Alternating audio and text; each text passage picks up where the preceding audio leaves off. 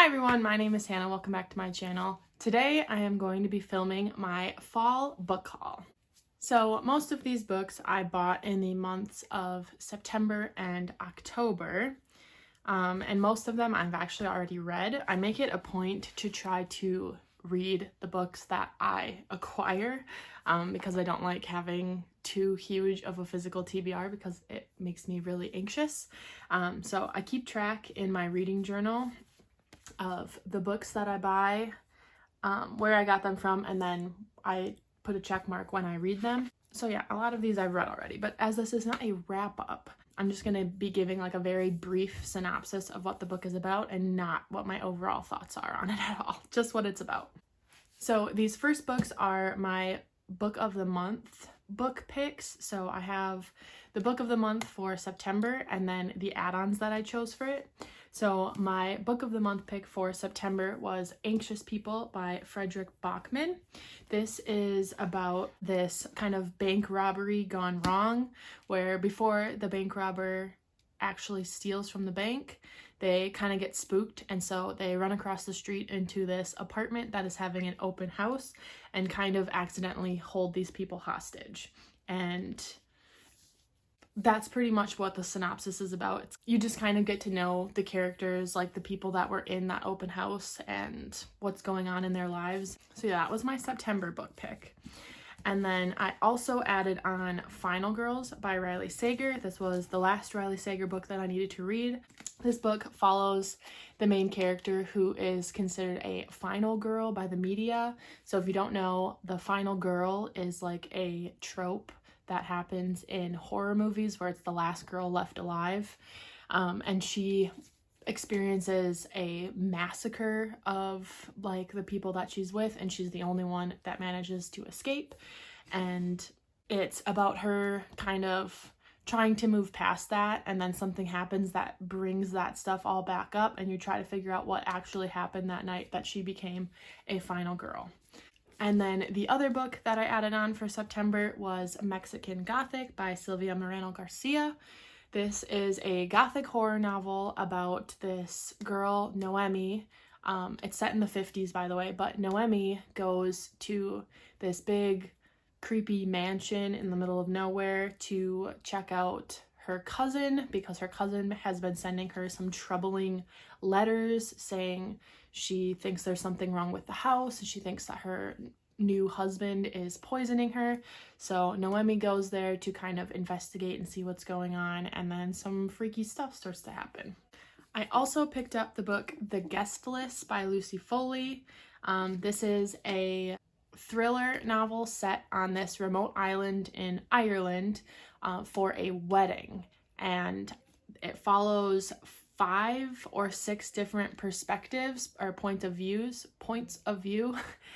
And basically you find out right away that somebody gets murdered on the wedding night, and you don't know who or who did it, and everybody that you follow, all the points of view that you follow, have like a motive, I guess, for being the murderer. And so you're trying to figure out, 1, who was murdered, but also 2, who the murderer is. And the bulk of the story is like the events that lead up to the wedding night and the murder and like them discovering the body. So you go like the day before and like the things that happen that kind of lead up to the murder. Then I bought the book Loveless by Alice Oseman.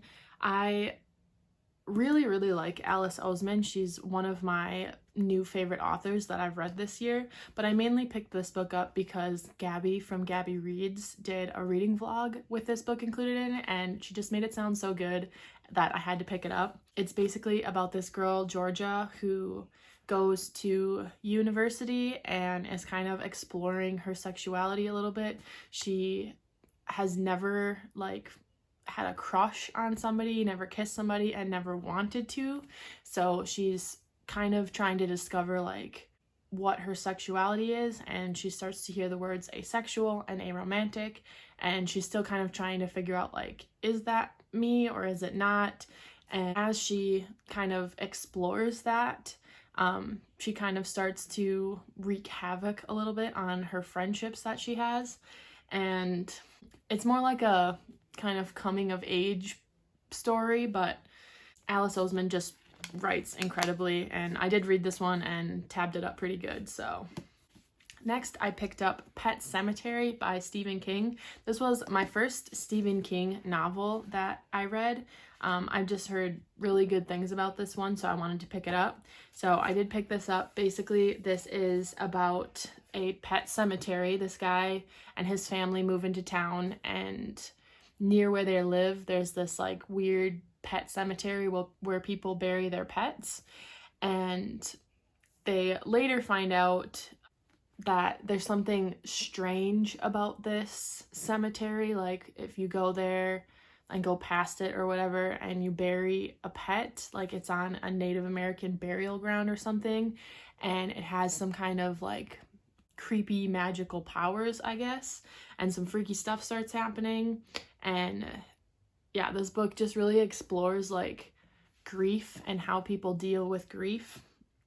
Then I bought Pretty Girls by Karen Slaughter. I recently read The Good Daughter by this author and enjoyed it, and I wanted to pick this one up even though I knew it was supposed to be more like gruesome and brutal and hard to read than The Good Daughter, which it was. It's not a light read. It's very dark and disturbing, and I would put a lot of content warnings on this book. I have all of that in my Goodreads review if you want to go to my Goodreads and see what some of the content warnings are before you pick this book up, but there are a lot of them. But basically this book follows two sisters who have been estranged for 20 years, and one of the sisters, Claire, her husband recently got murdered, and she starts to like go through some of his stuff, and she finds a really disturbing video on his computer. And also there is a teenage girl who's gone missing in the present time, and she feels like it's kind of related to what happened to her oldest sister, like back when they were younger.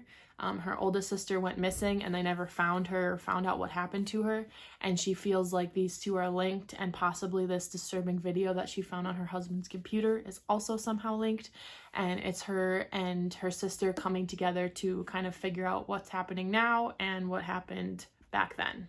Then I decided to pick up a copy of Dusk or Dark or Dawn or Day by Seanan McGuire. This is one of Seanan McGuire's little short novellas. It's around that 200-page mark, and I really like the Wayward Children's series by Seanan McGuire, which is again like a novella series. And so I wanted to pick this one up and see what I thought of it. And it's basically about this girl, Jenna, who dies, but she kind of becomes a ghost and is able to still live among the living. And she's kind of got to like pay for her afterlife because she died before her time was up. And something starts happening to all of the ghosts that she knows in New York City where she lives, and she's trying to figure out what happened to them and what's going on, and then also dealing with her own like afterlife kind of. These next ones I bought at different times throughout these 2 months, but I'm just going to do them all together because they're all related.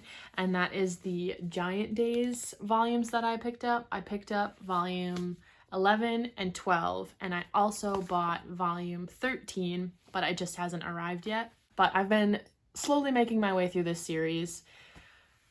If you've watched other videos of mine, I mention this series a lot because it's one of my favorites. It's definitely, I think, my favorite graphic novel series. I just love them so much, and I love these characters.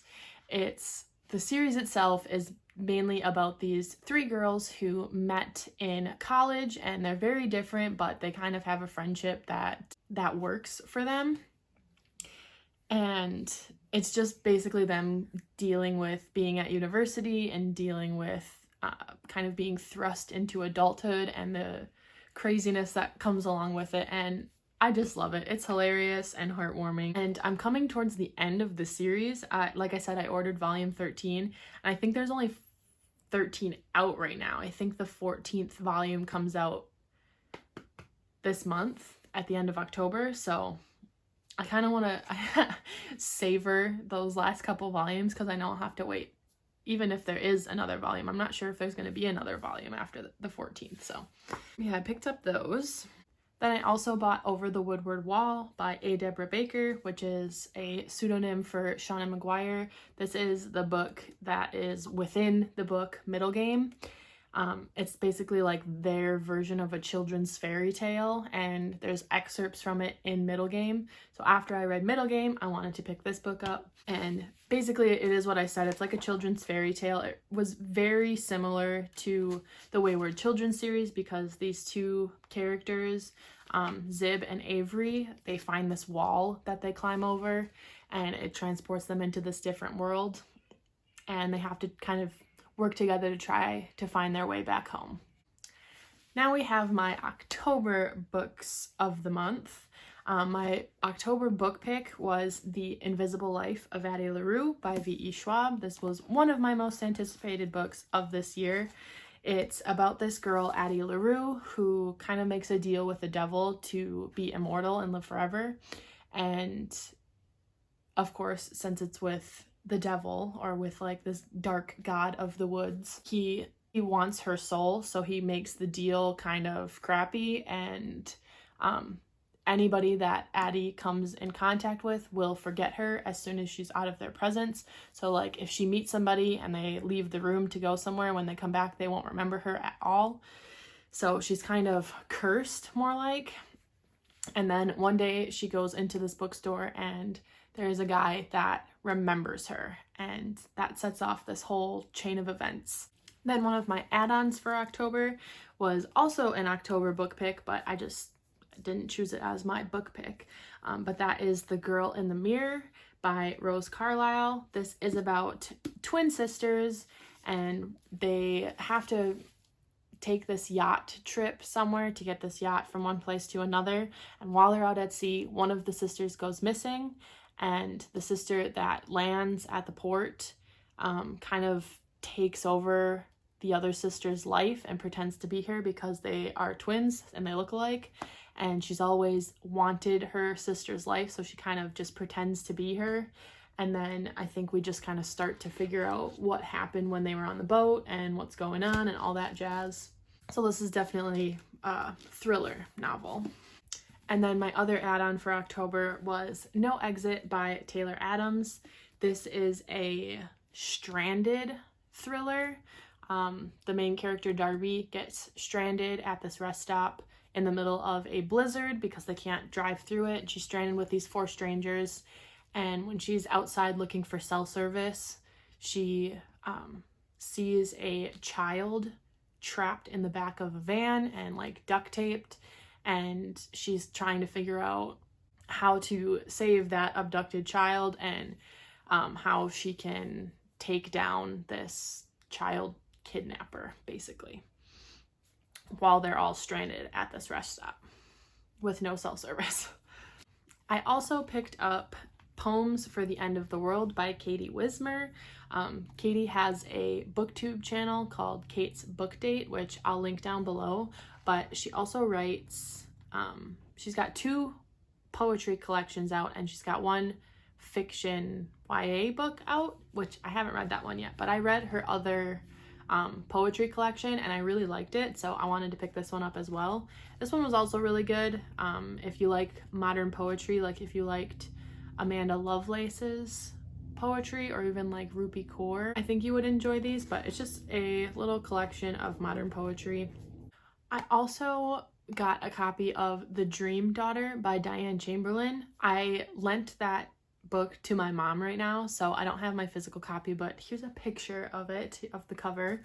This book is basically about this woman who gets pregnant in the 1970s, and her baby has a heart condition that is fatal in the 1970s, and she finds out that her brother-in-law is actually from the future and time traveled here, and he wants to send her to the future to 2001 so she can get this fetal surgery for her baby so her baby will live, and then she can time travel back to 1970. And it's really a story that explores like what a mother would do for her child and for her child's happiness. And it's got that little dash of sci-fi like time travel in it. These next ones I bought because of Anxious People by Frederick Bachman. I really enjoyed that book and wanted to read more by that author. So I picked up Beartown, and then the sequel to Beartown, which is called Us Against You. I know very little about these books. I just know that it's set in a small town called Beartown, and it follows a hockey team, I believe, and they're dead set on winning this very important game. I don't know, the semifinals, the finals, I don't know. The national semifinals. It says it right there, if I could just read. But then some violent event happens to a girl in this town, and it sets the whole town in turmoil. So it sounds very interesting to me. And then this is just the sequel to that, which I don't know anything about. I'm not even going to read the back because I don't want to spoil myself for what happens in here. Then I also bought The Bookish Life of Nina Hill by Abby Waxman. I bought this because I've been, like I said, watching a lot of Gabby Reed's videos, and this is one that she mentions like really relating to the character. It's about this girl who just reads books a lot. She's just more introverted, but then her father dies, her father that she doesn't really know, doesn't really talk to, and it leaves her with this family she never really knew she had, and they all want to meet her, and she's like nervous to meet strangers, I guess. I don't know, I mostly picked this up because she compared it to Fangirl. Like she said the main character, Nina Hill, reminded her a lot of Kath, and I also love it when books include bookish things, like obviously The Bookish Life of Nina Hill, so I'm excited for that aspect of it as well. I also picked up this copy of Little Women by Louisa May Alcott. I had this copy and unhauled it because I didn't think I would want it anymore, and then I did, so I rebought it. I bought it used, but it's still in pretty good shape. I feel like I don't need to give a synopsis on what this is about. This has been around for hundreds of years and everybody knows what it's about. Then I picked up Where'd You Go, Bernadette by Maria Semple. Obviously this is a used copy. It's not in the best of shape, but the pages are fine. I picked this up because there's a readathon coming up in November that this fits a prompt for, and I want to read it, so that's why I picked this up. It's about this woman, Bernadette, who has a 15-year-old daughter, and then something happens that Bernadette like runs away for, and her 15-year-old daughter, Bee, who loves her mother, is trying to figure out where Bernadette went, and she's starting to uncover some secrets of Bernadette's past. The next book that I picked up this fall was All We Ever Wanted by Emily Giffin. This is another Gabby Reed's recommendation. If you can't tell, I've been like binging Gabby's videos and just buying up a bunch of the books that she mentions that she likes. So there's that. So this book follows these characters in this town, in this community, and one of them is the mother of this son that is like super cool and was just accepted into Princeton, and he's like the golden boy. And it follows also this other guy, Tom, who's a single dad of his daughter Lila, who's headstrong. And then one day this photo surfaces that I think is Lila in a compromising position with the like golden boy son, and it really polarizes the town on like what side they would take. And I think it challenges the idea of like victim blaming and rape culture in our society. I'm not really sure, but it sounds pretty hard-hitting and intense, so I'm ready to read that. Then the next book I picked up is In 5 Years by Rebecca Surley. This is set in New York, and it follows the main character who gets engaged, and she goes to sleep that night that she got engaged, and when she wakes up it's 5 years into the future, and there's a different guy that's not her fiance in her bed, and she's like trying to be like, how did I get here? Like, how did what happened 5 years ago lead to this? Like, what's going on? And then she goes back to 5 years ago, and like the book just kind of explores what went on in those 5 years that led to that shocking change. Next, I picked up The Readers of Broken Wheel Recommend by Katarina Bivald. This is another one that I picked up because I like the bookish aspect of it. It's about this girl, Sarah, who has traveled all the way from Sweden to meet her bookish pen pal, who lives in Iowa. But when she arrives, like, the people of that town, Broken Wheel, are like leaving that pen pal's funeral. And so Sarah, who's traveled all the way there to meet this girl, like, finds out that she's dead. So she's kind of like struggling with that a bit, and she decides to stay in Broken Wheel and open up a bookshop to kind of help the people of Broken Wheel appreciate books the way that her and her pen pal friend did. I don't know, it sounds interesting to me. I think it'll be like a cute little small town story.